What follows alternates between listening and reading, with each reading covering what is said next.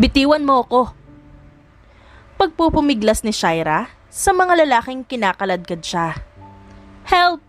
Somebody help me please! Tahimik! Singhal sa kanya ng isang lalaki at sinampal siya. Malaki ang bayad sa amin para iligpit ka. Kaya hindi namin sasayangin ang oportunidad. Sino nag-utos sa inyo? Salubong ang kilay na tanong ni Shaira. Tumawa lang ang mga kalalakihan. Hoy, anong ginagawa niyo dyan? Lahat ay napalingon sa kanilang likuran nang may magsalita. Help me! Kinidnap nila ako. Hindi ko sila kilala. Babayaran kita basta iligtas mo lang ako. Naglabas ng kutsilyo ang mga lalaking may hawak kay Shaira at itinutok sa lalaking biglang sumulpot. Mukhang kailangan ka naming iligpit, sabi ng isa sa mga lalaki. Napangisi ang lalaking si Dimitri. Baka kayo magsisi niyan. Teritoryo ko tong pinasok nyo, kaya hindi nyo ako masasaktan. Hindi natuloy ng lalaki ang pagsugod kay Dimitri nang lumitaw mula sa kung saan-saan ang mga lalaking may hawak na baseball bat. Sibat na! Sabi ng mga lalaking dumukot kay Shaira at agad tumakbo paalis. Nang hihinang napaupo naman si Shaira at mangiyak-ngiyak pa. Thank you for saving me. Naiiyak na sabi ng dalaga. Tatawagan ko lang ang mommy ko para ibigay ang reward mo. Tatawagan? Natawa si Dimitri. Walang signal sa lugar na to. At isa pa, hindi ka makakaalis dito dahil next month pa ang dating ng mga bangka papuntang pier. Natigilan si Shaira. What are you talking about? Miss, nasa Tagong Isla ka. Sagot ni Dimitri. Ngayon ang huling biyahe papuntang pier, paluwas ng Maynila. Narinig ko yung bangka kanina paalis. Hindi ka na nakaabot. Hindi pwede. Umiiyak na sagot ni Shaira at mabilis na dinampot ang kanyang gamit. Nagmamadali siyang tumakbo kahit hindi niya alam ang kanyang pupuntahan. Hingal na napaluhod na lamang si Shaira nang bumungad sa kanyang isang malaki at madilim na dalampasigan. Iyak siya ng iyak na parang bata. Napahiga na lamang siya sa buhanginan habang naghahabol ng hininga. Pupunta lang naman siya sa party ng friend niya. Tapos biglang may kumidnap sa kanya. Nawalan siya ng malay at hindi niya alam kung paano siya napadpad sa malayong islang kinaroroonan niya ngayon. Kahit lumuha ka ng dugo dyan at bato, next month ka pa makakaalis dito. Napalingon si Shaira sa nagsalita. Anak ng teteng, mukha kang iniwan ng boyfriend mo. Gusto ko nang umuwi. Parang batang umiiyak pa rin na sabi ni Shaira. Makakauwi ka naman. Kaso nga sa susunod na buwan pa. Sagot ni Dimitri at nilapitan nito. Tara, iuuwi muna kita sa amin. Kahit teritoryo ko to, marami pa ring mga loko-loko dito. Baka mapagtripan ka. Baka patayin mo ko, sabi ni Shaira. O kaya ibenta mo ko. Natawa si Dimitri. Sa itsura kong to, mukha bang may gagawin ako masama? Tiningnan ng dalaga si Dimitri mula ulo hanggang paa bago tumango. Sa bagay, sabi niya at hinawakan ng dalaga sa kamay. Tara na. Expensive girl pa naman ang datingan mo. Siguradong marami magkaka-interes sa'yo kapag pinabayaan kita dito. Tumango na lang si Shaira. Pero hindi pa rin siya makagalaw sa kanyang kinauupuan. Kaya sinubukan niya pa rin hanggang sa tuluyan na siyang makatayo. Ang sakit ng paa ko. Can you please carry me? Kanina pa ako kinaladkad ng mga kumidnap sa akin. Alam mo, sa lahat ng tinulungan ko, ikaw lang ang demanding. Halika, pumasan ka sa akin. Kamot ulong, sabi ni Dimitri. Agad namang pumasan si Shaira dito. Medyo napangiwi pa si Dimitri dahil mabigat ang dalaga. Ang sexy mo, pero mabigat ka. Sabi ni Dimitri dito. Nang makarating sa bahay nila, si Dimitri ay agad siyang sinalubong ng kanyang nanay at tatay. Kabilang na rin ang kanyang 2 kapatid pa na lalaki. Sino yan? Kunot noong tanong ng kanyang ama. Tay, kinidnap ho. Sagot ni Dimitri at maingat na ibinaba sa lumang sofa si Shaira. Tulog na ito. Nakita po namin sa liblib na gustong patayin ng mga kalalakihan. Kinidnap daw ho siya. Anak naman, baka naman madamay tayo dyan. Nag-aalalang sabi ng kanyang inay. Nay, umalis na po yung mga armado. Sagot ni Dimitri. Kawawa naman, iyak ng iyak. Gustong-gusto na hong umuwi kaso next month pa yung dating ng mga bangka. Ang ganda niya. Nakangiting sabi ni David. Kuya, para po siyang Barbie. Sabi naman ng nakababata niyang kapatid na si Desiree. Hindi tunay na pamilya ni Dimitri ang kasama niya sa bahay. Napulot lamang si Dimitri sa isang bangka ng kanyang naging ama. Dahil wala pang anak ang mag-asawa, ay kinupkup siya ng mga ito. At kahit ampon si Dimitri, ay never niyang naramdaman na hindi siya bilong sa kanyang pamilya. Dahil sobrang mahal na mahal siya ng mga ito. Dalhin mo na yan sa kwarto. Sabi ng ginang kay Dimitri. Bibihisan ko siya. Tumango ang binata bago buhatin ng dalaga. Dinala niya ito sa kwarto nilang magkakapatid. Naka-double deck ang kanyang 2 kapatid. Siya naman ay may hiwalay na kama. Doon niya inilapag si Shaira sa kanyang kama. Lumabas si Dimitri ng kwarto at pumasok naman ang kanyang ina na may dalang palangganang may tubig at mga damit. Asawa mo po siya?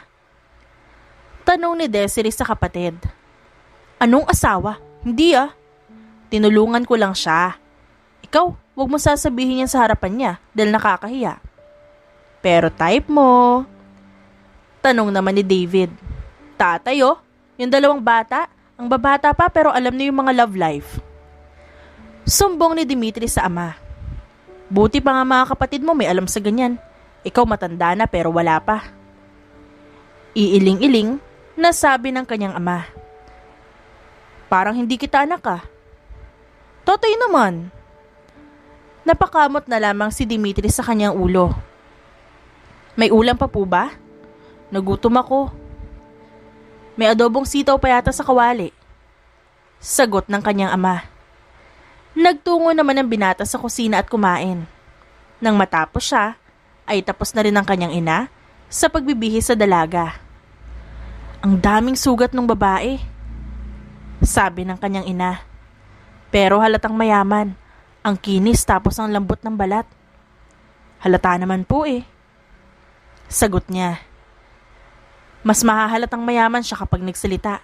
May pagkakonyo Ganon na ganon din ang balat mo nung napulot ka namin. Paano pala kung mayaman ka? Di ayos. Nakangiting sagot ni Dimitri. Para luluwas po tayong Maynila at doon natitira. Ipaparanas ko sa inyo magandang buhay kapag nagkataon. Magdilang anghel ka sana. Sagot ng kanyang ama. Maya-maya lang ay nagpaalam na ang kanyang mga magulang at kapatid na matutulog. Kaya natulog na rin siya. Tumabi siya sa lalaking kapatid dahil hindi siya pwede sa pwesto ni Shaira. Baka kasi kapag gising nito ay mag-isip ito ng masama sa kanya. Kung di mo siya type, ako na lang manliligaw. Sabi ni David sa kanya. Manahimik ka nga, David. 15 anyos ka palang malantod ka na. Masungit na sabi ni Dimitri sa kapatid. Pangit mo ka, banding. Parang pangalan mo. Tugon sa kanya ni David. Nang mapulot si Dimitri ng kanyang nanay at tatay, may nakabordang Dimitri sa kanyang damit noon. Kaya ito na ang naging pangalan niya. Kinabukasan ay masakit ang katawan ni Shaira nang magising siya. Bumangon siya at nang mapagtanto, ang nangyari ay bigla siyang nataranta. Mami? Mabilis siyang tumayo at lumabas ng kwarto. Natigilan siya nang madatnan sa labas ng binata at ang pamilya nito na kumakain ng umagahan. Gising ka na pala, sabi ng ina ni Dimitri. Saluhan mo na kami para lumakas ka ulit. Huwag kang matakot, ani Dimitri sa dalaga. Ako yung tumulong sa'yo kagabi. Mukhang nag-ibang tao lang ako dahil naligo na ako. Hindi makasagot si Shaira dahil naguguluhan pa rin siya at parang blanko ang kanyang isipan. Upo ka na po, sabi ni Desiree at tinapik ang gilid niya. Masarap po ang luto ni nanay. Bago po ito sa paningin niyo pero mapagkakatiwalaan naman po itong mga pagkain namin. Tumango lamang si Shaira at naupo sa tabi nito. Kumuha si Dimitri ng plato at nilagyan nito ng pagkain bago ilapag sa harapan ni Shaira. Tuyo at itlog yan. Mas masarap kapag ginamitan mo na suka bilang sausawan. Tumango lamang si Shaira. Pinanood niya muna kung paano kumain sila Dimitri bago siya magsimulang gayahin ng mga ito. Bago nga sa paningin niya at panlasa ang tuyo. Pero nasarapan siya. Yang suot mo ngayon? Kay nanay yan. Mamaya kung gusto mo, sasamahan kita sa palengke para mamili ng mga gamit mo. May pera pa naman ako dyan. No, I have a card. Sabi ni Shaira. Credit card? Walang ATM machine dito. Cash lang ang pwede sa lugar namin. Sabi ni Dimitri. May cash ako. May 30,000 pocket money naman ako eh. Pocket money?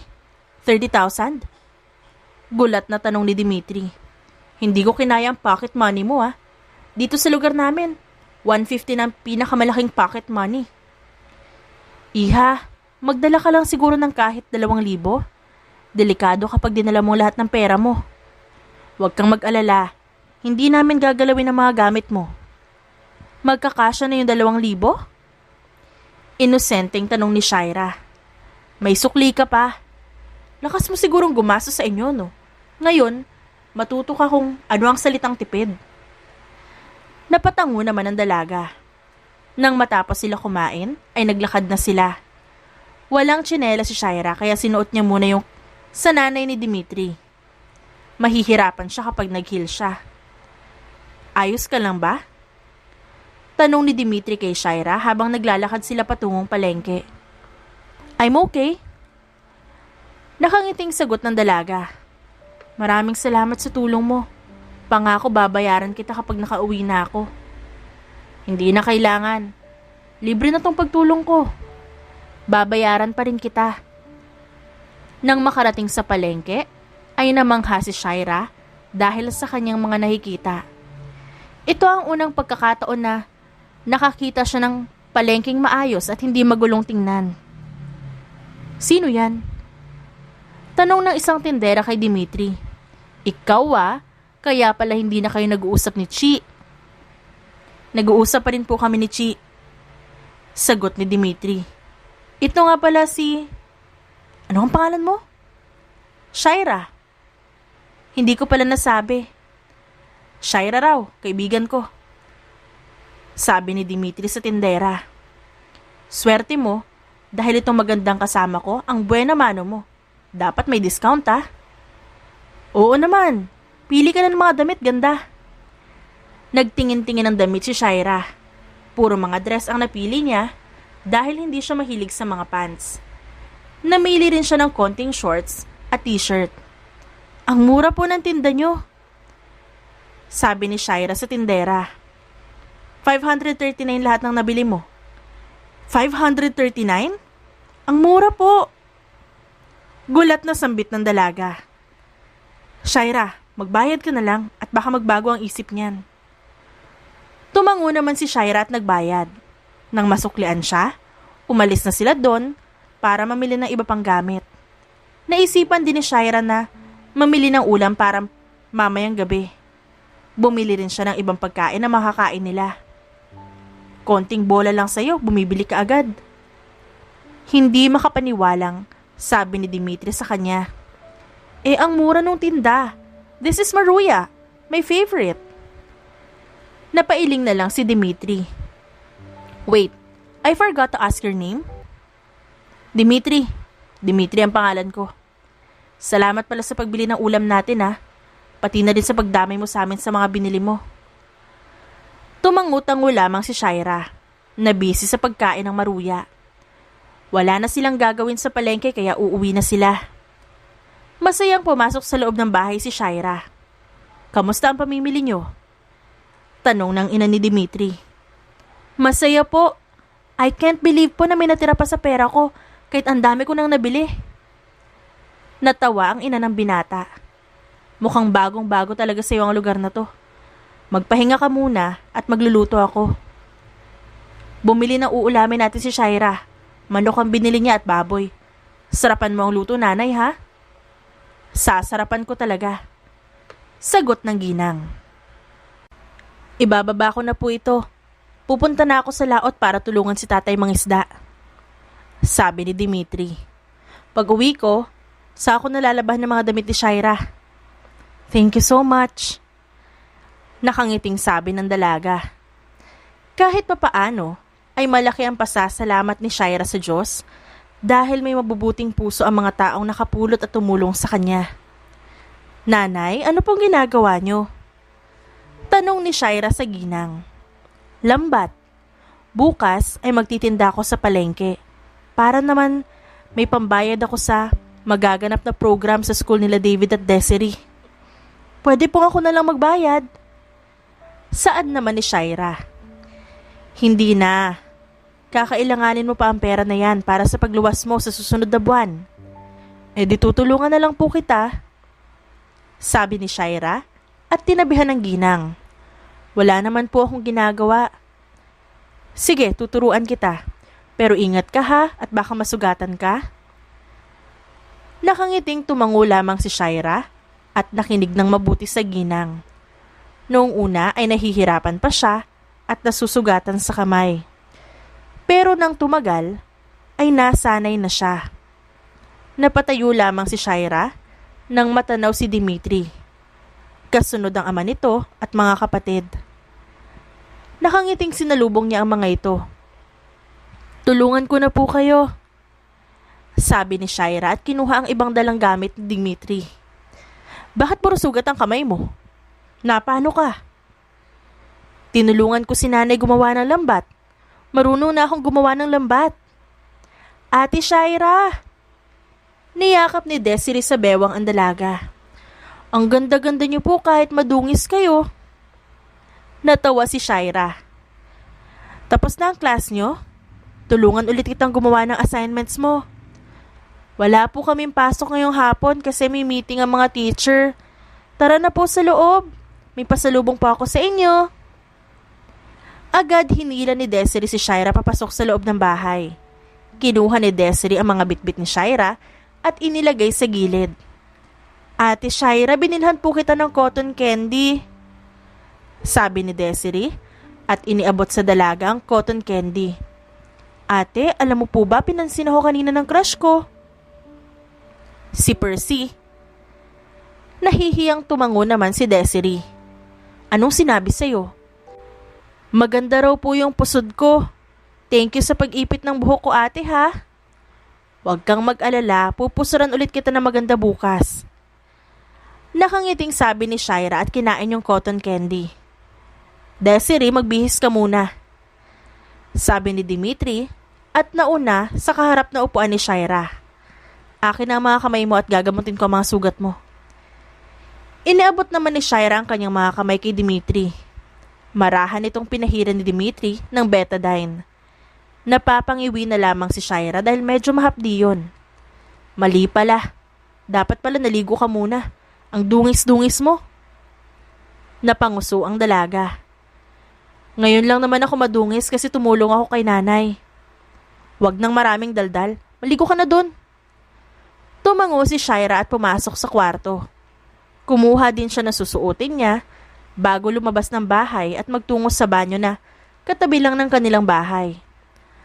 Akmang huhubarin na ni Shaira ang kanyang dress, kaya lang natigilan siya nang may makita siyang mga lalaki na nakasilip sa kanya mula sa nakausling siwang ng banyo. Dimitri! Tarantang sigaw niya at nagmamadaling lumabas ng banyo. Anong nangyari? Tarantang tanong ng binata na nanlalaki pa ang mga mata. May mga lalaking nakasilip sa akin. Umiiyak na sagot ni Shaira at niyakap ito. Napamura naman si Dimitri at hinimas-himas ang ulo ng dalaga. Tumahan ka na. Sasamahan kitang maligo. Sasamahan mo ko? Tanong ni Shaira at humiwalay sa yakap. Ang ibig kong sabihin, magbabantay ako sa labas. Hahanapin ko yung mga lalaking sinabi mo kanina. Tumango si Shaira at pumasok sa banyo. Si Dimitri naman ay parang gwardyang nakabantay sa labas. Dimitri? Tawag ni Shaira sa lalaki. Gusto niya makasiguradong hindi umalis ang binata. Nandito lang ako. Maligo ka na dyan. Tumango lang si Shaira at nagsimula ng maligo. Saglit lang siyang naligo dahil natakot na siya. Nang makalabas siya ng banyo, nandun pa rin si Dimitri sa labas at matyagang naghihintay sa kanya. Tara na sa bahay. Hinawakan siya ng binata sa kamay at hinila papasok sa loob. Narinig kitang sumigaw kanina. Sabi ng ina ni Dimitri kay Shaira. Nahuli niyang sinisilipan siya. Sagot naman ng binata na mukhang bad trip. Kapag nalaman ko kung sino ang mga yon, susundutin ko ang mga mata nun. Ayos lang po ako. Sabi ni Shaira at ngumiti. Hayaan mo, Shaira. Hindi na mauulit yon. Sabi naman ng ama ng binata.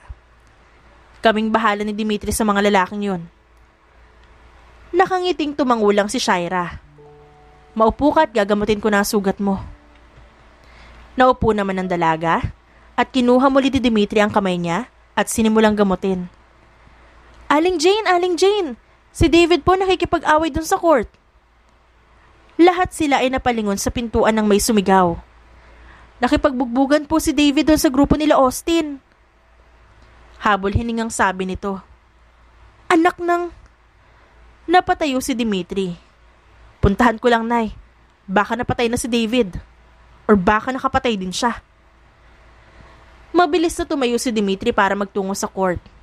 Agad naman siyang sinundan nila Shaira. Oh my gosh! Gulat na sigaw ni Shaira nang makita ang malaking rumble sa court. Nanay, ano pong gagawin natin? Takot na tanong ni Shaira at napahawak sa braso ng ginang. Bigla na lang may pitong umalingaw-ngaw. Sumulpot ang mga barangay tanod, kaya natigil ang rambulan.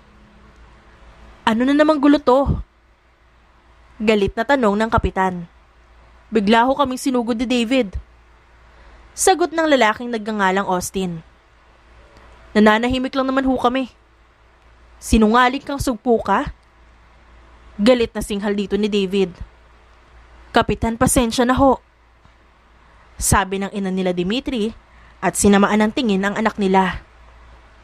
Hindi na pwede ang pasensya, Jane. Palagi na lang ang mga anak mo ang pinagbumulan ng gulo. Siyempre, kakampihan mo si Austin. Anak-anakan mo yan eh. Sagot naman ni David. This is not fair. Sabad ni Shaira kaya napalingon sa kanya ang lahat. Hindi pa natin alam ang mga nangyari. Di ba dapat pakinggan muna natin both sides? Tama si Shaira. Sang-ayon ng isang kabarkada ni Dimitri. Oo nga, tama. Dapat fair. Ano pala yung fair? Bobo mo? Tahimik. Saway sa kanila ni Kapitan. Ngayon, ano ang nangyari? Sinabi ko na nga, sinugod ka bibigla ni David. Mayabang ang lalaking yan eh. Paano hindi ko kayo susugurin? Narinig kong pinag-uusapan niyo si Ate Shaira. Sagot naman ni David. Sabi niyo, sayang at hindi natuloy ang paghubad ni Ate Shaira. Kanina dun sa banyo. Sinisilipan niyo si ate. Nagulat naman ang dalaga. Tiningnan niya ang grupo nila Austin. Tama, it's them. Sila yung mga lalaki nakasilip kanina sa CR. Saad ni Shaira habang nakaturo sa mga ito. Ikulong dapat niya mga yan, mga bastos. Sigaw naman ng isang babae. Sinungaling ka. Singhal ni Austin kay Shaira. Mas papaniwalaan niyo ba yung dayong yan? Oo, Sabay-sabay na sagot ng mga tao. Kapitan, dalhin mo na yan dahil nandidilim ang paningin ko. Malamig na sabi ni Dimitri. Agad namang dinampot nila Kapitan, sila Austin at Binitbit. Ayos lang kayo? Alalang tanong ni Shaira sa magkapatid. Thank you so much for protecting me, David. Niyakap ni Shaira si David. Yumakap naman pabalik ang binata na may pangaasar sa muka.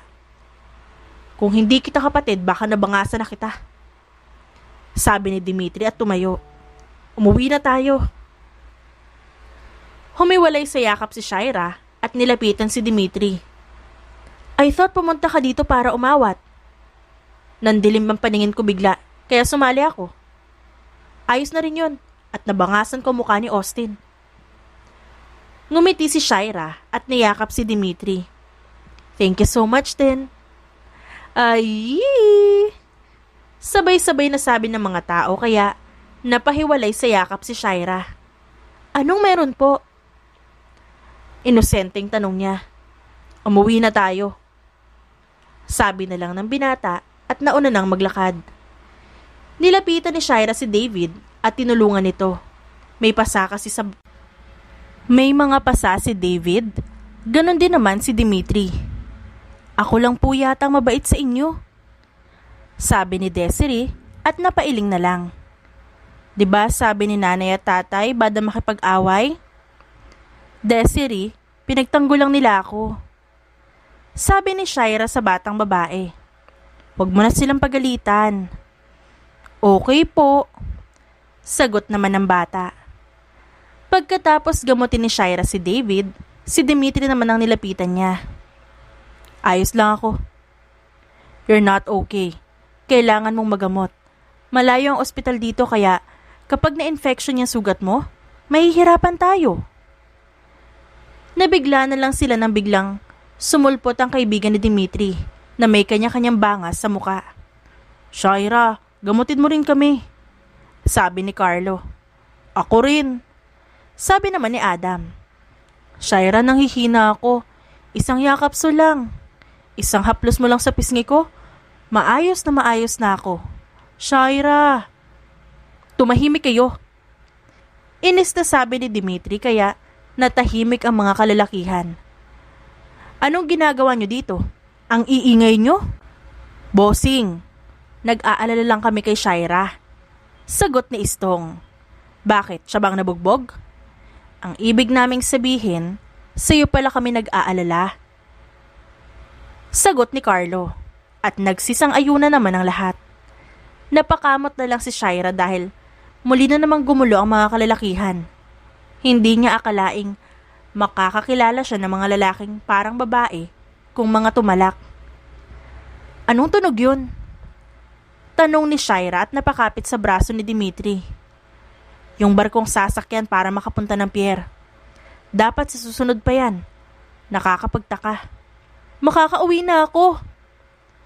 Masayang sabi ni Shaira. Dimitri.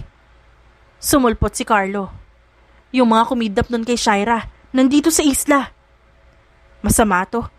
Kunin mo ang mga gamit mo, Shaira. Aalis tayo ngayon. Tumango si Shaira at pumasok sa loob ng bahay. Carlo, tawagin mo sila. Sasama kayo sa amin. Sa barko kayo dumiretso at hintayin niyo sila nanay doon. Sabi ni Dimitri sa mga ito. Huwag kayo magpapahalata ah. Tumango si Carlo at mabilis na umalis. Pumasok si Dimitri sa loob ng bahay. Aalis po tayo. Seryosong sabi niya sa mga magulang.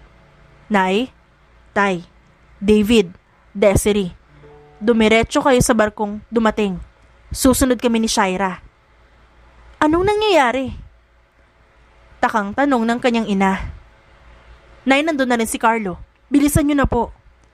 Huwag na tayo magtanong. Sabi ng kanyang ama. O siya anak, hihintayin namin kayo doon. Tumango si Dimitri. Nang makalabas na ang pamilya niya, hinila niya si Shaira patungo sa liblib na daan. Dimitri, wag mo akong ibibigay sa kanila ha? Naiiyak na sabi ng dalaga. Hindi, hindi.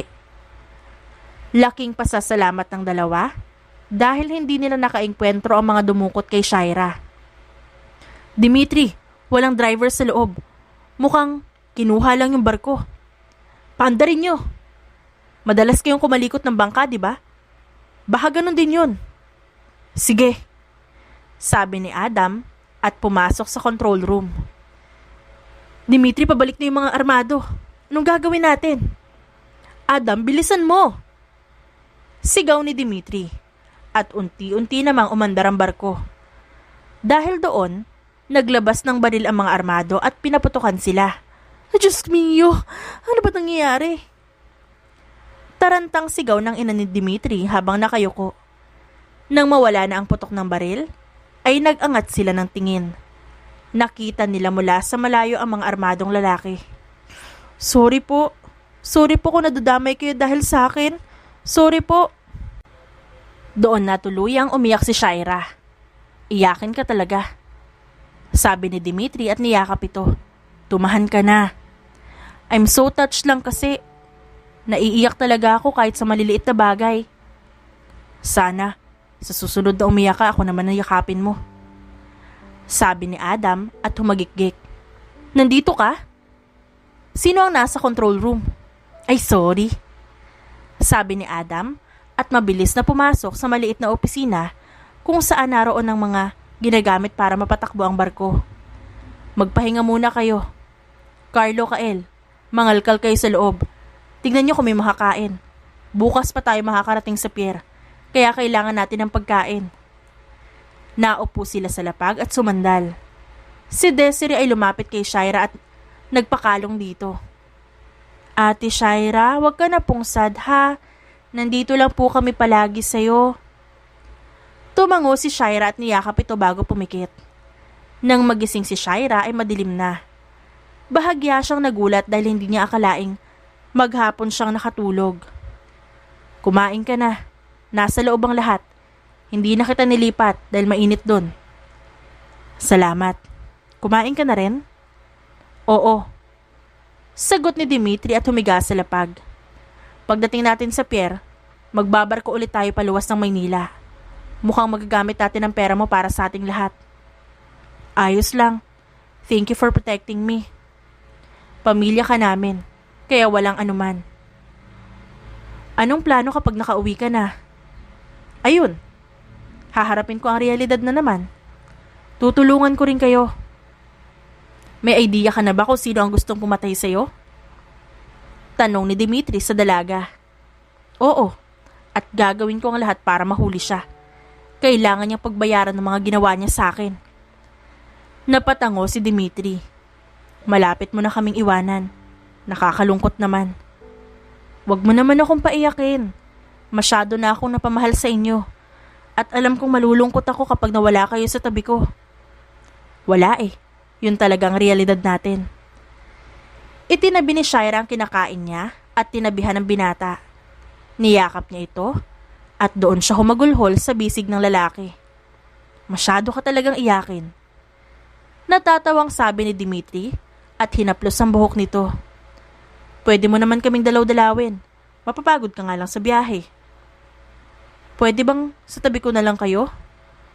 Pwede bang sa tabi na lang kita palagi? Kung pwede lang. Nag-angat ng tingin si Shaira at agad namang pinunasan ni Dimitri ang luha nito. Ilang araw mo pa lang kaming nakakasama, kaya sigurado kakayanin mo kapag nawala kami sa'yo. Huwag ka nang umiyak. Ayaw. Natawa si Dimitri. Ang cute mo. Napatigil ang dalawa at napatayo ng may kumalabog. Pagtingin nila sa gilid, ay nandoon lahat ng mga kasama nila at nakasalampak sa sahig.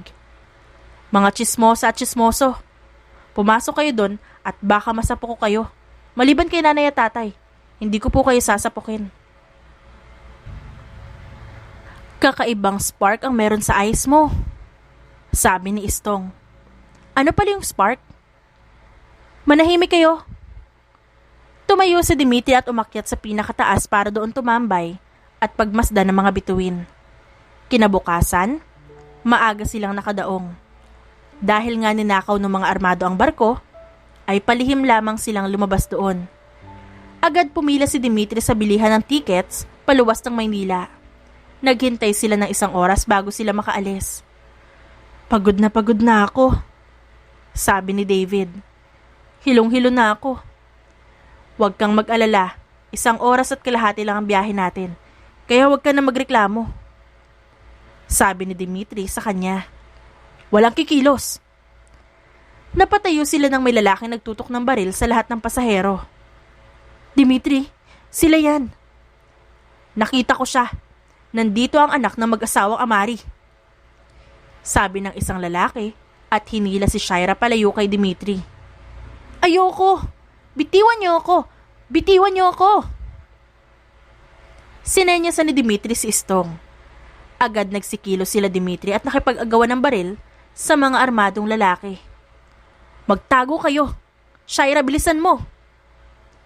Tinadyakan niya ang kaagawan niya ng baril at tinapon ang baril sa dagat. Hinawakan niya sa braso at ibinalibag sa dagat ang isa. Tinulungan ni Dimitri ang mga kaibigan at isa-isang tinapon sa dagat ang mga armadong gustong kumuha kay Shaira. Hindi yata nauubos ang mga yon? Ayos lang ba sila, Shaira? Nakapagtago sila. Hinihingal na sagot ni Dimitri at napaupo na lang. Basta, kahit anong mangyari, ay poprotektahan natin si Shaira. Dimitri, may tama ka. Dumudugo ang tagiliran mo. Napasa po si Dimitri sa tagiliran niya. Napuruhan yata ako. Pero, pakiramdam ko daplis lang to. Dimitri, ayos ka lang ba? Namumutla ka. May tama siya, Shaira, sabi ni Adam at hinubad ang kanyang suot na damit. Itinali ito sa bewang ni Dimitri para mapigilan ang pagdurugo. Ayos lang ako.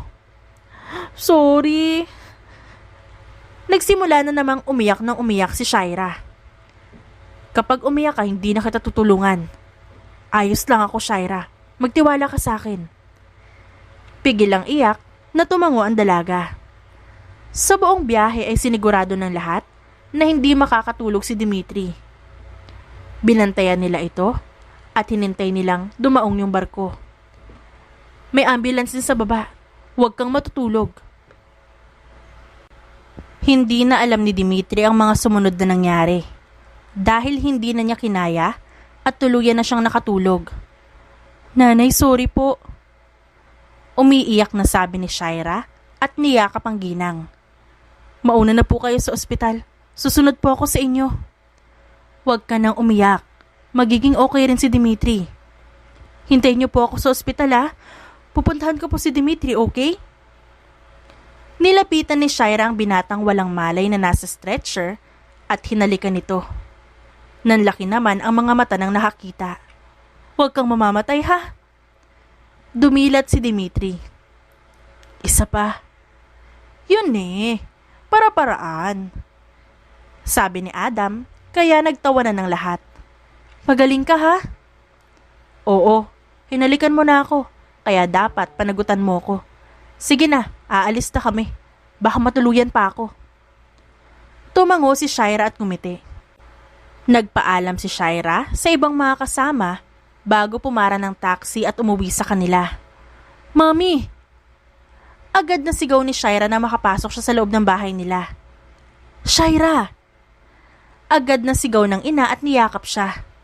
Ang anak ko, saan ka ba nagpunta? Hindi mo alam kung gaano ako nag-alala sa'yo. Mahaba pong kwento. Sagot ni Shaira at humiwalay sa yakap. Shaira! Napalingon ng dalaga sa ama. Masaya po ako nandito ka, Daddy. Hiwalay ang ina at ama ni Shaira. Masaya siya dahil nakita niyang magkasama ang mga ito ngayon. Bakit puro dugo ka? Ano ba nangyari sa'yo? May dumukot po sa akin. Pero teka, Mami, maliligo lang po ako, ha. Pupunta tayong hospital pagkatapos ko. Hospital? Sandali lang, Shaira. Ipaliwanag mo muna sa amin ang mga nangyayari. Mami, please. Ipapaliwanag ko po mamaya sa hospital ang lahat. Agad umakyat si Shaira patungong kwarto niya at naligo. Sinaglit na lamang ang pagligo dahil gustong-gusto niya nang puntahan si Dimitri. Mami, Daddy, tara na po. Hindi na nagtanong ang kanyang mga magulang at tumango na lang. Sumakay sila sa sasakyan ng kanyang ama at ito naman ang driver. Nang makarating sa ospital, ay agad siyang dumiretso sa OR at natanaw niya sa labas ang pamilya at mga kaibigan ni Dimitri. Kamusta po siya? Inooperahan pa. Shaira, pwede ba ipaliwanag mo na sa amin ang nangyayari? At saka, sino tong mga to? Anak, masyadong nag-aalala ang mami mo sa'yo. Kaya ipaliwanag mo sa amin ang mga nangyari. Saad naman ng kanyang ama. Frank wants me dead. Saad ni Shaira na ikinagulat ng kanyang mga magulang. Siya yung gusto niya ipakasal sa akin, di ba? Masama ang budhi niya. Gusto niyang pumayag na maging parte ng pamilya natin. Dahil sa pera. Kinausap ko siya bago ako makawala. Sinabi kong ititigil ko na engagement. Narinig ko yung mga dumukot sa akin na binabanggit ang pangalan ni Frank. Akala ko na mali lang ako ng dinig pero nakita ko ang isa sa mga kaibigan niya. Itong mga taong to ang tumulong sa akin. I'm sorry, anak. Sorry for being selfish. Pasensya na kung hindi ka namin iniintindi. Ma'am, okay lang po yun. Ang mahalaga, mahuli si Frank. Para hindi niya na maulit ang bagay na to. Pinag-uusapan pa lang nila si Frank ay dumating ito. Kasunod nito ay ang kanyang mga adoptive parents. Shaira, ayos ka lang ba? Narinig ko ang nangyari. Sila ba ang nagtangka sa'yo? Kunwaring nag-aalalang sabi ni Frank. Aba, babangasan ko na to. Sabi ni David at dinuro ang lalaki. Ikaw ba yung Frank? Sira ulo ka. Dahil sa kabaliwan mo, nasa OR tuloy ang utol ko. Pangit. Sabi naman ni Desiree dito. Frank, what's the meaning of this? Kunot noong tanong ng ama-amahan ni Frank. Dad, wala po akong alam sa sinasabi nila. Nagpapaawang sagot naman ng lalaki. Mister, kamukha ka po ni kuya ko. Sabi ni Desiree sa ama-amahan ni Frank. Para ka pong pinatandang version niya. Nagsang-ayuna naman ang mga kaibigan ni Dimitri. Sandali nga, usapang pamilya to, huwag kayo makisali. Shaira, sobrang nag-alala ako sa'yo tas pagbibintangan mo pa ako. Ikaw ang nag-utos na ipadukot ako dahil tinanggihan ko ang engagement natin. Sabi ni Shaira sa lalaki. Frank, umamin ka na lang dahil nakita ko ang mga kaibigan mo. Ngumisi si Frank bago mabilis na hilahin si Desiree at tutukan ito ng baril sa ulo. Desiree! Tarantang sabi ng ina ni Dimitri. Kapag may nangyaring masama sa anak ko, ilalambat kita. Banta ng ama ni Dimitri dito. Maarte ka kasing babae ka? Inis na sabi ni Frank kay Shaira. Sinira mo ang plano ko. Kung hindi ka maarte, di sana hindi nangyayari ang mga to. Frank, ano ba nangyayari sa'yo? Tanong naman ng ina-inahan ng binata. Kayo ring dalawang mag-asawa. Utu-utu kayo. Planado lahat ng ito. Itinapon ng totoo kong nanay ang totoo niyong anak para akong pumalit sa pwesto niya. Pero patay na yung anak niyo. Puro siya pa rin ang laman ng bibig niyo. At wala pa rin kayong tiwala sa amin. Frank, itigil mo na to. Seryosong sabi ng kanyang ama-amahan. Sumuko ka na lang. Hindi. Papatayin ko kayong lahat. Hindi na naituloy ni Frank ang sasabihin niya nang may dumakot sa kanyang kamay na may hawak na baril. At itinutok ito sa ulo niya. Ni minsan, hindi ko sinaktan ang kapatid ko. Tas gagawin mo lang hostage? Malamig na sabi ni Dimitri at inihampas sa pader si Frank na agad namang nawala ng malay. Dimitri! Sabay-sabay na sabi ng lahat at dinamba siya ng yakap. Masakit! Daing niya, kaya agad na nagsilayo ang mga ito. Dimitri, anong ginagawa mo rito? Alalang tanong ng kanyang ina. Ang tagal mag-usap ng mga doktor sa loob kaya lumabas ako. Sagot ni Dimitri at napasa po sa tagiliran niyang bagong tahi. Buti na lang pala tumakas ako. Dimitri? Napalingon sila sa ina-inahan ni Frank. Dimitri, kapangalan mo yung anak kong nawawala. He's really our son. Tignan mo naman. Kamukha natin. Agad na tumakbo ang ginang kay Dimitri at niyakap ito. Nakaramdam naman ng lukso ng dugo si Dimitri, kaya kahit naguguluhan, ay niyakap niya rin ito pabalik. "Welcome back, anak," sabi naman ng kanyang tunay na ama na nakisali na rin sa yakap. Napangiti naman si Shaira at tinabihan ng nanay at tatay ni Dimitri. "Masaya po ako makilala kayo," sabi ni Dimitri at humiwalay sa yakap. "Salamat at buhay ka. Kaso tumakas ka sa doktor, ibabalik ka na namin." "Teka, nahihilo ako," sabi lang ni Dimitri at nawala ng malay. Lumabas naman ang mga doktor sa OR na mukhang natataranta. Nang makita nila si Dimitri ay agad nilang nilapitan ito. "Sa lahat ho ng pasyente namin, siya lang ho ang tumakas. Sandali ho aasikasuhin lang po namin ang magiging kwarto niya." "Pwede na siguro tayo magpahinga. Pagod na ako," sabi ni Adam at napaupo na lang. "Iwanan muna natin si Dimitri sa dalawang nanay at dalawang tatay niya. Sumama muna kayo sa amin. Doon kayo magpahinga." Napasigaw naman sa saya ang mga kaibigan ni Dimitri. "Nanay, sama lang po kami kay Ate Shaira. Kapag gising na po si Kuya, pupunta po kami agad sa kanya. Magpahinga kayong mabuti," sabi ng kanyang ina. "Babalik po ako agad. Magdadala po ako ng pagkain at mga damit." "Maraming salamat, Shaira." "Mayaman pala talaga ako?" Hindi makapaniwalang sabi ni Dimitri habang kumakain. "Parang hindi ako sanay." "Kain ka pa." Nakangiting sabi ng mami ni Dimitri. "Tama na ho, busog na ako. Mamaya po, reserve ko yan para sa batch 2. Hindi ko akalain na makikita ulit kita. Masaya akong nakabalik ka sa amin ng ligtas, anak." "Hindi ko rin ho akalain na makikita ko ang tunay kong mga magulang. May hihilingin ko sana ako. Pwede po bang magdesisyon ako sa buhay ko? Gusto ko ho kasi na hindi lang sa inyo ako uuwi. Gusto ko rin ho makasama ang pamilyang nakapulot sa akin." Napag-usapan na namin ni Jane ang patungkol sa bagay na yan. Sagot ng kanyang mommy. 2 ang bahay sa asyenda. Simula ngayon ay doon na sila titira sa isang bahay. At sila na rin ang mamamahalas sa mga pananim na malapit sa kanila. Sabi naman ng daddy ni Dimitri, "Yung mga kaibigan mo naman magtatrabaho sa asyenda." Napag-usapan na pala ang lahat eh. "Teka, asyenda? Sa palabas ko lang ho naririnig yun." "Hindi kami nawalan ng pag-asa ng mami mo sa'yo. Kaya nagsikap pa kami lalo para kapag nakabalik ka, ay maganda ang buhay na sasalubong sa'yo." Sagot ng kanyang daddy. "Maraming salamat po. Pangarap ko pong bigyan ng magandang buhay dito sila nanay. Bala ko rin hong tulungan ng mga tao sa isla. Bibigyan ko sila ng malalaking bangka na pwede nilang magamit kapag gusto nilang pumunta sa bayan. Kami na ang bahala sa mga yon, Dimitri. Malaki ang pasasalamat namin sa mga tao sa isla kung saan ka lumaki. Kaya gagawin namin ang lahat para sa kanila." Saad naman ang mommy niya. "Maraming salamat sa mabuting puso mo, Diana." Saad ng nanay ni Dimitri.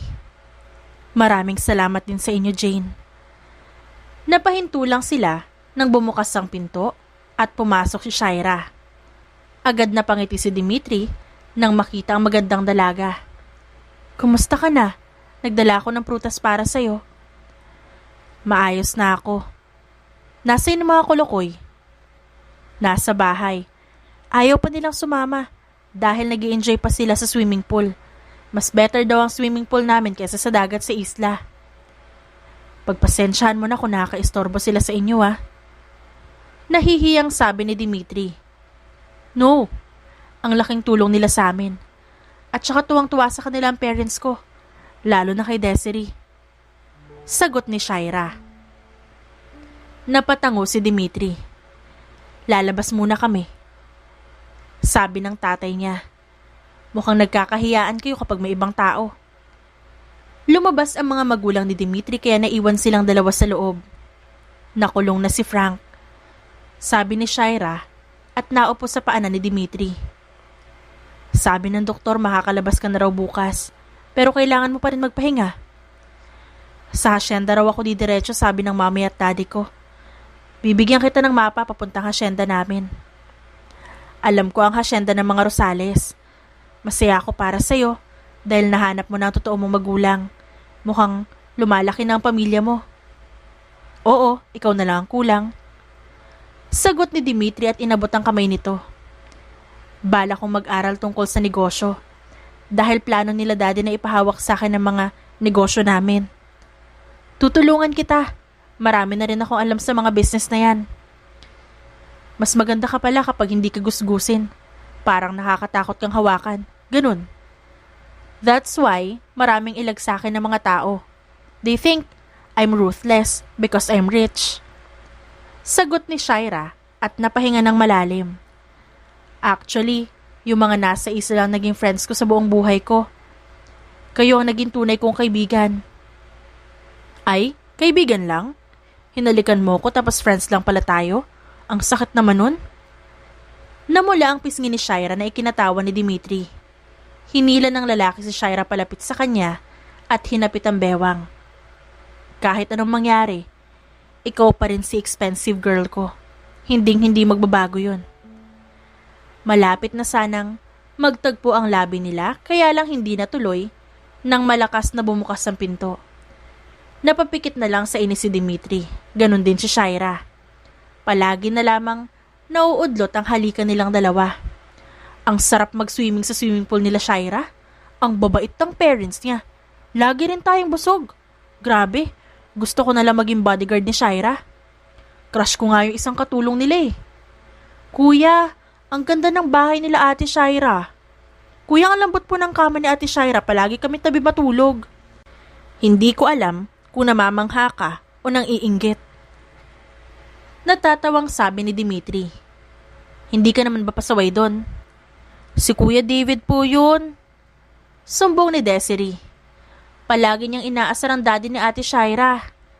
David, huwag mong dungisan ang pamilya natin. Sita niya sa kapatid. Biruan lang namin yun ni Pops.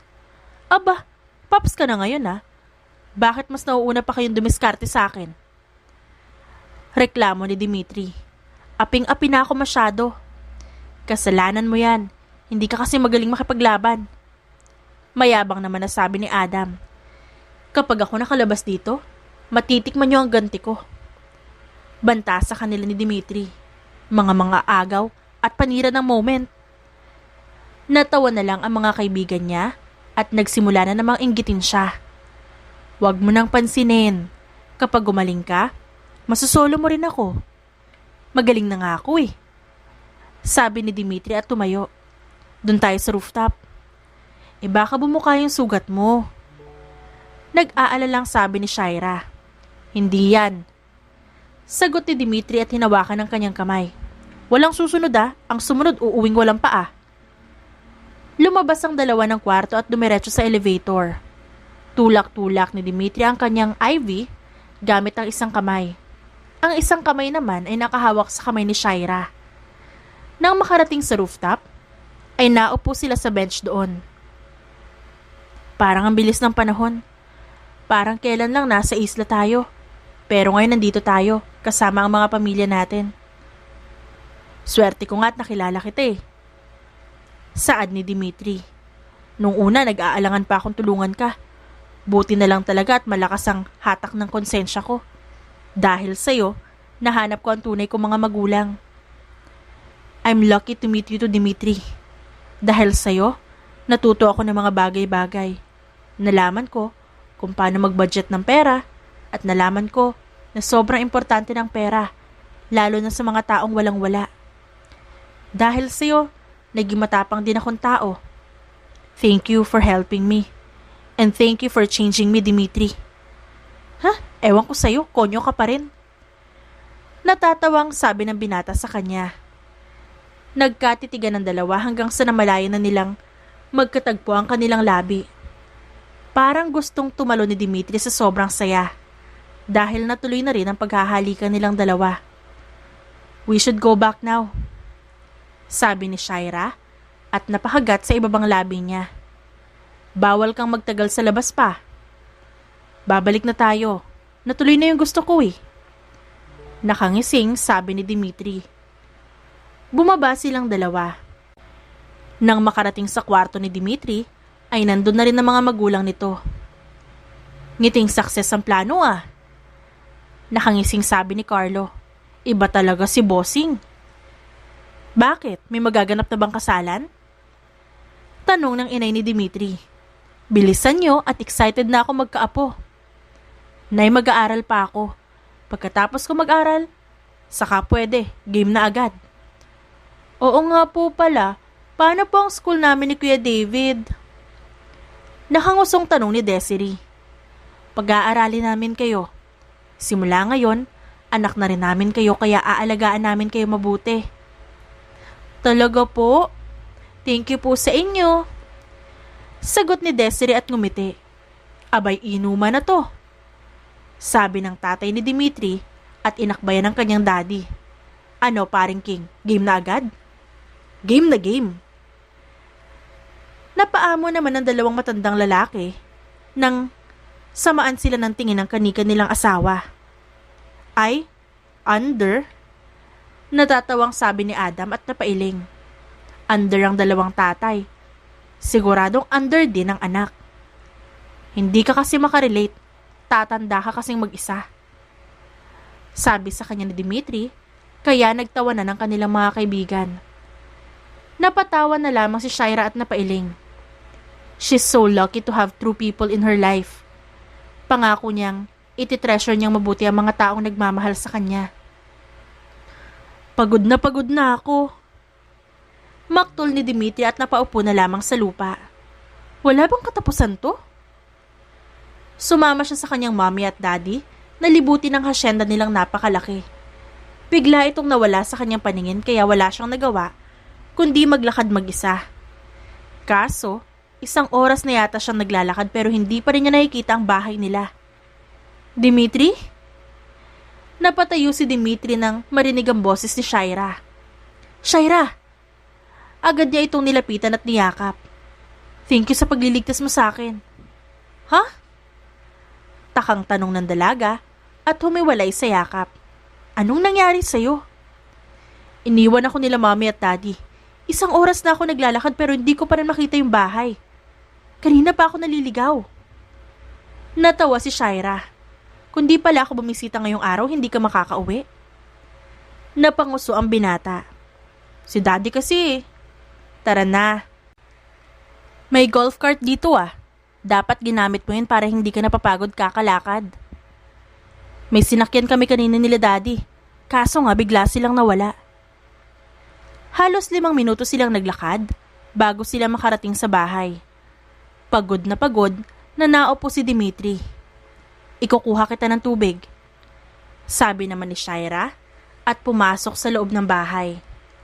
Nang makabalik si Shaira, ay agad ininom ni Dimitri ang dala nitong tubig. Hindi ko na talaga iikutin yung hasyenda. Namiss mo ba ako? Oo. At saka wala akong kasama sa bahay ngayon kaya naisipan kong dumalaw na lang dito. Patay na patay ka naman sa akin masyado. Bukas ang umpisa ng pag-aaral ko. May pupunta dito ang personal teacher ko para turuan ako. Napatango si Shaira. Paano kung magandang babae yung teacher mo? Wala akong pakialam kasi hindi naman siya si Shaira. Loyal na loyal ako masyado sa'yo. Kaya malabong magandahan pa ako sa iba. Kapag nahihirapan ka, magsabi ka lang ha. Handa akong turuan ka. Eh di palagi pala ako mahihirapan para palagi kang nandito. Kain muna tayo sa loob. Nagutom ako sa paglalakad. Magkahawa kamay na pumasok ang dalawa sa bahay at dumiretso sa kusina. Nangalkal si Dimitri ng pagkain sa ref. Nakita niyang may cupcake at makaroning spaghetti at kinuha niya ito. Yun ang kinain nila ni Shaira. Nandito na yata sila mommy. At hindi nga siya nagkamali dahil pumasok sa kusina ang kanyang mommy at daddy. Saan ka nanggaling? Tanong sa kanya ng kanyang ina. Iniwan niyo po ako. 1 oras po ako naglalakad. Buti na lang nakita ko ni Shaira. Natawa ang kanyang mga magulang. Galing kami sa kabilang bahay. Nagluto ang nanay mo at doon tayo kakain mamayang hapunan. Tumango si Dimitri at napangiti. Namiss ko na ang luto ni nanay. Sabi naman ni Shaira at tumayo na rin. Punta muna ako sa kanila ha. Ingat ka. Saad ni Dimitri at tinanaw ang babae habang naglalakad ito. Si Shaira na ba ang mahal mo? Tanong sa kanya ng kanyang ina. Oo naman po. Loyal na ako kay Shaira. Kaya hihilingin ko po sanang lalaki maging teacher ko para hindi siya magselos. Natawa ang kanyang mga magulang sa kanyang sinabi. Para kang daddy mo. Pareho kayong palaging umiiwas sa mga bagay na ikakaselos ng taong mahal nyo. Malaki ang pasasalamat ko kila Dave at Jane dahil pinalaki ka nilang maayos. Huwag niyo pong iisiping may paborito ako Pantay po ang pagmamahal ko sa inyong dalawa. Pareho ko po kayong mahal dahil mga magulang ko po kayo. Tumango ang mga ito. Alam naman namin yun, anak. Pagkatapos sila magdramahan, ay lumipat na sila sa kabilang bahay para makisali sa kasiyahan doon. Andito na si Bossing, sabi ni Carlo. Shaira! Agad nilapitan ni Dimitri ang dalaga at dinabihan ito. Sobra akong nangulila sa'yo. Grabe ka naman, ilang minuto pa lang tayo magkahiwalay Kasalanan mo, binaliw mo kasi ako masyado sa'yo. Napangiwi na lang ang mga tao sa paligid nila. Kahit sa unang nobya ni Dimitri, hindi ito ganito. Tapos ngayon parang mababaliw na. Kuya! Kumandong si Desiree sa kapatid. Malapit na ako mag-school po ulit. Inaayos na nila nanay yung pag-transfer ko po dito sa Maynila. Nakakasad, hindi ko na makikita yung crush ko. Sigurado ako mas marami kang mahahanap na crush dito. Kapag may nang away sa'yo, sabihin mo sagad sa akin Paano po kapag sa akin may nang away? Tanong naman ni David, magsusumbong din ba ako sa'yo? Kaya mo na ang sarili mo. Nakikipagbugbugan ka nga sa isla, dito pa kaya? Kapag kay Desiree mabait, kapag sa akin masama. Nakasimangot na sabi ni David. Hindi naman pinansin ni Dimitri ang pag-iinarte ng kanyang kapatid. Ate Shaira, malapit ka na po magka-baby? Biglang tanong ni Desiree kaya natahimik ang lahat. Narinig ko po kasi sila nanay at tatay. Sabi po nila malapit na kayo magkaroon ng baby ni Kuya Dimitri. Gusto ko po girl para may kalaro ako. Matagal pa yun. Namumula ang pisnging sagot ni Shaira. Ikakasal pa kami ng kuya mo. Tama. Huwag kang mainip Desiree. Kapag naging successful na si kuya mo, pakakasalan ko agad si ate mo. At gagawa kami ng maraming baby. Nahihiya na si Shaira. Ibahin na natin ang usapan. Pati nga si Bossing namumula Dagdag ni Carlo. Wala sa bokabularyo ko ang mag-blush. Wag nga akong pagtripan nyo at baka hindi ko kayo matansya. Kunwari ka pa. You forgot your name nga kapag kaharap mo si Shaira. Sabi naman ni Istong. Napailing na lamang ang lahat. Maraming alam na English si Istong. Kaya nga lang, hindi nito alam ang ibig sabihin nun. 2 taon ang makalipas, CEO Dimitri Rosales. Malakas na napapalakpak ang lahat nang umakyat sa stage si Dimitri, na bihis at mukhang professional na talaga. Sa 2 taong lumipas, talagang nagpursige si Dimitri para maging successful at natupad naman niya yun. Nakuha niya agad ang tiwala ng board members at mga empleyado ng ama dahil sa pagiging hardworking niya. Thank you. Maraming salamat po sa tiwala niyong lahat. Asahan niyo pong hindi ko sisirain ang tiwalang ibinigay niyo sa akin. Ngumiti si Dimitri at bumaba sa stage. Agad nitong nilapitan ng mga mahal niya sa buhay. Ang pogi-pogi ng anak ko. Nakangiting sabi ng kanyang mommy at niyakap siya. Thank you po. I'm so proud of you, son. Sabi naman ng kanyang ama. Akalain mo yun, siraulo ka lang dati. Tapos professional CEO na. Sabi naman ng kanyang nanay at niyakap siya. Hindi ko inaasahan na ang batang uhugin dati ay ganito kaayos na lalaki. Nay, grabe naman sa uhugin. Totoo naman. Sang-ayon ng kanyang tatay. Napakamot si Dimitri sa kanyang ulo. Sige na, lapitan mo na si Shaira. Tumango si Dimitri bago maglakad papalapit sa table nila Shaira. Kasama ng dalaga ang mga magulang nito. Magandang araw ho. Magalang na bati ni Dimitri at nagmano sa mga magulang ng dalaga. Salamat po sa pagpunta. Congratulations sa iyo, iho. Maraming salamat ho. Doon muna kami sa mga magulang mo. Paalam naman ng ama ng dalaga. Nang makaalis sa mga ito, ay agad niyang tinabihan si Shaira. Kita mo yun? Ang pogi ko kanina, di ba? Oo. Halata nga sa mga mukha ng mga negosyante dito na gusto nilang ipakasal sa iyo ang mga anak nila. Sorry sila, stick to one lang ako. Stick to one ang puso ko sa isang expensive woman na si Shaira. Natawa naman ang dalaga. Ang lakas mo talagang bumanat kahit kailan. Syempre naman. Doon tayo sa rooftop na hotel. Maganda doon. Tumayo ang dalawa at nagtungo sa rooftop. Malamig na hangin ang sumalubong sa dalawa. Masasolo kita dito at walang kahit na sino mang asungot. Naupo ang dalawa sa bench. Shaira, paano ba yan? Successful na ako. Sabi ni Dimitri at inilabas ang singsing na binili niya kahapon. Pwede na ba? Napangiti si Shaira at tumango bago isinuot ang singsing sa kanyang daliri. Ikaw na lang hinihintay ko. Actually, bumili rin ako ng singsing kasi naisip ko kapag hindi ka nag-propose ngayong gabi, ako talaga magpo-propose para sa'yo. Inalabas din ni Shaira ang singsing. Natawa naman si Dimitri at kinuha yon at isinuot sa kanyang daliri. Ngayon lang ako naka-encounter ng ganito. Pareho tayo nag-propose sa isa't isa. Dahil gano'n natin kamahal ang isa't isa. Agad na nagtagpo ang labi ng dalawa. Matagal silang naghalikan hanggang si Dimitri na ang tumigil. Tama na muna. Baka mauwi pa sa honeymoon. Mahirap na. Kasal muna dapat. Bumaba na tayo. Natawa si Shaira at tumango. Bumaba ang dalawa at bumalik sa venue. Nandito ka na pala.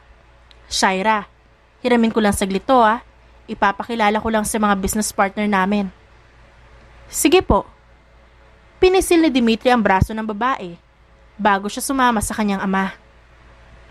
Ang daming nakilala ni Dimitri sa mga business partners nila at halos lahat ng ito ay inaalok siya sa kanilang mga anak. Dahil nadirindi na siya sa mga ito, hinawakan niya ang kamay ni Shaira at nagtungo sila sa stage. Hello? Alam ko ang gwapo ako at gustong gusto niyo ako maging manugang. Kaso ho, stick to one ako eh. Ikakasal na po kami ni Shaira. Nagpropose na po ako sa kanya at nagpropose din siya sa akin. Itinaas ni Dimitri ang kamay nila ni Shaira at ipinakita sa mga ito ang singsing sa kanilang daliri. Lahat po sinishare ko. Si Dimitri lang po ang hindi. Sabi naman ni Shaira. Natawa ang mga bisita at nagpalakpakan. Ibang klase ka. Sabi ni Carlo at hinampas si Dimitri. Manlibre ka naman dyan. Sabi naman ni Adam at hinampas din siya. Sama mo kami sa company mo. Kahit driver mo na lang ako. Pwede ako maging security guard. Kahit secretary mo na lang ako. Napangiwi si Dimitri at sinamaan ng mga ito ng tingin. Makahampas naman kayo? Ay sorry. Sabay-sabay na sabi ng lahat. Shaira, inaapi nila ako. Parang batang sumbong ni Dimitri sa babae. Sinisira nila ang pagkatao ko. Sinasaktan nila ako. OA mo. Huwag kang magreklamo dahil ikaw naman ang nagpasimuno ng sakita na to. Di ba bonding nyo to kapag masaya kayo? Ay ako ba? Malapit na palang uwian. Adam, kagaya ng dati, umpisahan nyo nang magbalot para makatipid tayo. Napangisi ang mga kasamahan niya at kanya-kanya labas ng plastic. Natawa naman si Shaira at naglabas din ng kanyang plastic. Mangunguna ako. Pati naman si Shaira, nahawa na rin sa gawain nyo? Sabi ng nanay ni Dimitri sa kanila. Natuto lang ho magtipid si Shaira. Napailing na lamang siya at mahinang napatawa. Hindi niya akalain na magiging ganito ang babaeng maarte noon na kanyang tinulungan at iniligtas. Mabuhay ang bagong kasal. Bati ng mga bisitang nasa reception nang pumasok ang dalawang bagong kasal. Hinagisan pa sila ng mga petals ng mga ito. Kain lang kayo dyan. Libreng-libre din ang pagiging Sharon Cuneta nyo ah. Nagtungo na ang dalawa sa kanilang upuan. Nangangati na ako. Gusto ko nang palitan yung suot ko. Gusto mo ba tulungan kita? Pagbibiro ni Dimitri sa asawa. Mamaya ka na. Natatawang sabi ni Shaira bago tumayo at nagtungo sa likod kung saan may kwarto at may ekstrang damit siya. Iniwan na ho ako ng bride ko. Biro lang ho, baka maging totoo. Nang makabalik si Shaira ay nagsimula na silang kumain. Ang sarap nitong Shanghai, mag-uwi tayo nito. Magbalot ka na agad. Nakalimutan mo yatang halos lahat ng taga-isla ang bisita natin. Professional kaya mga yan sa balutan. Nakakalimutan mo rin yatang taga-isla ang asawa mo. Kapag ganitong balutan, kahit plato kaya kong iuwi. Oo na lang, sabi ni Shaira at kinurot ang pisngi nito. Pagkatapos silang kumain ay nagsimula na ang sayawan. Siyempre, nagsayaw din ang dalawang bagong kasal. Lugi kami. Dapat binaba ng sayawan eh. Hindi nyo naiisip ang buhay ng mga single sa paligid nyo. Huwag ka nang magreklamo. Bagay naman kayo ni Istong. Sagot ni Dimitri sa mga ito. Pagkatapos ng sayawan, nagpalaro ang MC. Hindi naman nagpatalo ang mga kaibigan ni Dimitri at nakigulo din. Nang matapos ang palaro ay nagtungo na sa gitna si Shaira at inihagis ang bulaklak. Natawa pa si Shaira dahil ang nakasalo ay si Desiree. Yehey! Masayang sabi ng bata. Nang ihagis ni Shaira ang garter, ang nakasalo naman ay ang isang binatang tahimik na kumakain sa gilid. Hindi pwede, bata pa si Desiree, sabi ni David at kinuha dito ang garter. Nagtataka lang ang mukha ng binata bago magpatuloy sa kanyang pagkain. Yung kapatid ko tuwang-tuwa pa, sabi ni Dimitri at napailing na lamang. Congratulations sa inyo, sabi ng tindera sa isla na pinagbilhan nila minsan ni Shaira. Nagdala ako nitong tuyo at specialty kong buro. Ito lang ang kaya ng budget ko bilang regalo. This means a lot po. Salamat po. Mahal na mahal ko po ang buro nyo. Ito na yata ang pinakamagandang regalong natanggap ko. Natawa si Dimitri sa sinabi ni Shaira. Maraming salamat po, Aling Choneng. Umpisahan mo na pong magbalot. Makakaasa ka. Tugon nito bago bumalik sa kanyang upuan. Nagpatuloy ang kasiyahan hanggang sa isa-isa nang magsiuwi ang kanilang mga bisita. Teka, hindi ka makakatakas sa amin. Magsashot muna tayong lahat, sabi ng mga kaibigan ni Dimitri at hinila siya. Wala namang nagawa si Dimitri kundi ang makipag-inuman. Nakaupo lamang si Shaira sa kinauupuan nila ni Dimitri habang nakatanaw sa asawa at mga kaibigan nito. Dapat ninong kaming lahat ah. Aba, kapag kinalimutan mo kami, salamat na lang sa lahat. Oo, ninong kayo. Basta't tigda 2,000 palagi ang abot nyo ah. 2,000? Anak ng teting. Huwag mo nang gawing mukhang pera ang anak mo. Para sa future niya ang ginagawa ko. Huwag na kayo magreklamo. Ang laki-laki ng sahod niyo sa akin at sa hasyenda eh. Kuhanin ko rin kayong ninong. Mga pre, buntis si Talia. Si Talia ay isa sa nagtatrabaho sa hasyenda. Ang first love ni Adam noong makatapak siya sa hasyenda nila Dimitri. Naunahan mo pa kami? Sabi ni Carlo at binatukan nito. Kaya pala tahimik ka lang sa gilid at lutang nitong mga nakaraang araw. Iitakin ba naman ako ng tatay eh? Tugon ni Adam, kaya nagtawanan ng lahat. Isa-isa siyang dinamba ng mga kaibigan na ikinatawa na lamang ni Shaira. Mukhang mas lalala pa ang kabaliwan ng magkakaibigan. The end. At dyan nagtatapos ang ating kwentong pinamagatang His Expensive Woman. Written by Queen D. Dearest friends and avid listeners, don't forget to like our videos and subscribe to our channel for more wonderful stories.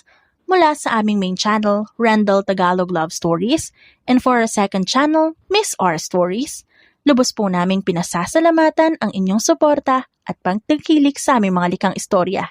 Ingat po kayong lahat and have a good day everyone. Paalam!